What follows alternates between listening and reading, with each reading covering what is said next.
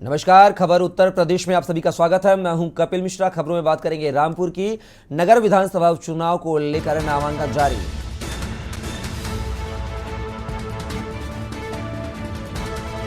आज दो दिग्गज नेता प्रत्याशियों के नामांकन में पहुंचेंगे।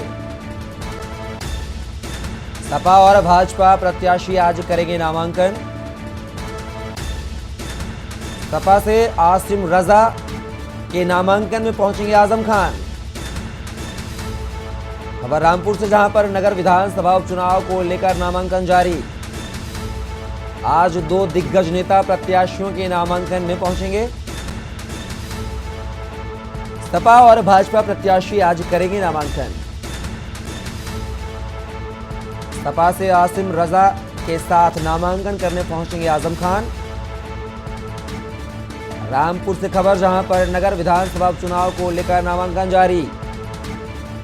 आज दो दिग्गज नेता प्रत्याशियों के नामांकन में पहुंचेंगे। सपा और भाजपा प्रत्याशी आज करेंगे नामांकन। सपा से आसिम रजा के साथ नामांकन में पहुंचेंगे आजम खान। रामपुर से खबर, जहां पर नगर विधानसभा उपचुनाव को लेकर नामांकन जारी। आज दो दिग्गज नेता प्रत्याशियों के नामांकन में पहुंचेंगे। सपा और भाजपा प्रत्याशी आज करेंगे नामांकन। इस खबर पर हमारे साथ हमारे पॉलिटिकल एडिटर शबी हैदर हमारे साथ जुड़ गए हैं। शबी, आज बात की जाए तो रामपुर विधानसभा चुनाव को लेकर आज नामांकन दाखिल करेंगे, जहां पर सपा और भाजपा प्रत्याशी नामांकन दाखिल करेंगे। दो दिग्गज नेता भी शामिल होंगे, क्या कुछ अपडेट? बिल्कुल, देखिए, रामपुर और मैनपुरी ये दो सीटें हैं। वैसे तो खतौली पर भी समाजवादी पार्टी पूरे दमखम से उसने जो है वो अपना सहयोगी दल आरएलडी के साथ जो है चुनावी मैदान में है। मदन भैया वहां से नामांकन जो है वो कर रहे हैं और आज रामपुर का नामांकन होगा। निश्चित तौर पर ये जो लड़ाई होगी, अब ये किताबों से, कॉपी से, एप्लीकेशन से, यानी कि अब टेक्निकल वॉर से निकलकर सीधे तौर के ऊपर जमीनी वॉर होगी। और जमीन पर जो है जिस तरीके से आकाश सक्सेना जो व्यक्ति सामने आ रहा है, उस व्यक्ति को रामपुर में कौन जानता था, या उस व्यक्ति के जो किया है उसको लेकर उसको पूरी तरीके से उसका साथ देने के लिए, उसको स्टैब्लिश करने के लिए निश्चित तौर पर भारतीय जनता पार्टी ने वहां से एक चेहरा, एक अपना उम्मीदवार बनाया है। अगर हम जातीय अंकगणित की बात करें तो निश्चित तौर पर आकाश सक्सेना कमजोर साबित हो रहे हैं, साफ तौर पर आजम खान के सामने। लेकिन अगर हम दूसरे पहलुओं की बात करें, अगर हम मुद्दों की बात करें, अगर हम लड़ाई की बात करें और अगर हम आजम खान के विरोधियों की बात करें, तो निश्चित तौर पर आकाश सक्सेना एक ऐसा नाम है जिसने आजम खान को धूल चटाई। आकाश सक्सेना एक ऐसा नाम है जिसकी पीआईएल पर आजम खान को जो है वो सजा हुई। आकाश सक्सेना एक ऐसा नाम है जिसकी वजह से आजम खान जो राजनीति के सिरमौर होते थे, जिनकी तूती बोलती थी, आज जो है वो मुझे नहीं लगता कि वो प्रस्तावक के तौर पर भी जो है वो शामिल हो सकते हैं, या उनको उस तरीके से उसको वो सारी चीजें होंगी। तो निश्चित तौर के ऊपर अब देखना यही होगा, रामपुर के लोग जिस विधानसभा से वो चुनाव लड़ रहे हैं वो तय करेंगे कि वो आजम खान के साथ खड़े होते हैं या आकाश सक्सेना के साथ। जिस तरीके से देखिए कपिल, अगर हम देखें पूरे सिनेरियो को देखें और आजम खान के खिलाफ पीआईएल और एप्लीकेशंस और एफआईआर्स की अगर हम बात करें, तो निश्चित तौर पर ऐसा लगता है कि लोग जातीय व्यवस्था से ऊपर उठकर जिस शासनकाल, जिस एक लंबी सत्ता में एक लंबे समय से आजम खान रामपुर के कह सकते हैं किंग हैं, और उनके खिलाफ जिस तरीके से मुखर हुए हैं, तो उस तरह से आजम खान की राह आसान नहीं होगी। आसिम रजा के चेहरे के ऊपर आजम खान चुनाव लड़ रहे हैं। आसिम रजा इससे पहले भी चुनाव लड़े थे, लेकिन करारी शिकस्त का उनको सामना करना पड़ा था। आजम खान के पास एक बहुत बड़ा एक संशय था, या एक कंफ्यूजन था कि वो किसको चुनाव में जो है वो अपना चेहरा बनाए। परिवार का कोई सदस्य सामने इस तरीके से जो है वो समझ रहे थे कि अगर परिवार का कोई सदस्य आएगा तो हो सकता है उसके आगे और जो है वो दुश्वारियां और दिक्कतें हों। तो इस वजह से आसिम रजा पे एक बार फिर दांव खेला है। देखना यही होगा कि आकाश सक्सेना और आसिम रजा के बीच से रामपुर की जनता किसे चुनती है। अगर सभी बात की जाए जिस तरह से आसिम रजा का नाम सामने आ रहा है, तो क्या आसिम रजा एक डमी प्रत्याशी के तौर पर सामने आ रहे हैं सपा से, क्योंकि पीछे कहीं ना कहीं आजम खान उनके सामने खड़े हुए नजर आ रहे हैं। और अगर वहीं बात किया आकाश सक्सेना की बात किया है, तो जिस तरह से आजम खान के ऊपर तमाम जो मुकदमे, जो एफआईआर, जो पीआईएल दर्ज कराई गई हैं, उसके चलते बीजेपी ने उनको मोहरा बनाया है। नहीं, देखिए, मोहरा शब्द उपयुक्त बिल्कुल कतई नहीं होगा। मोहरा एक बहुत ही एक मुझे ऐसा लगता है कि मोहरे जैसे शब्द के लिए जो है वो बचना चाहिए।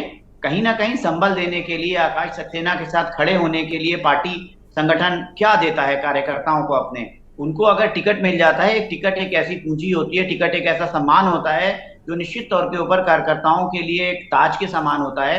अब आकाश सक्सेना भारतीय जनता पार्टी के उस वक्त के कार्यकर्ता हैं और उस समय से आजम खान से जो है वो चुनौती दे रहे हैं। आकाश सक्सेना जिस समय आजम खान की रामपुर में तूती बोलती थी, आजम खान के मैं कह सकता हूं कि मर्जी के खिलाफ जो है वो रामपुर में कुछ हो नहीं सकता था।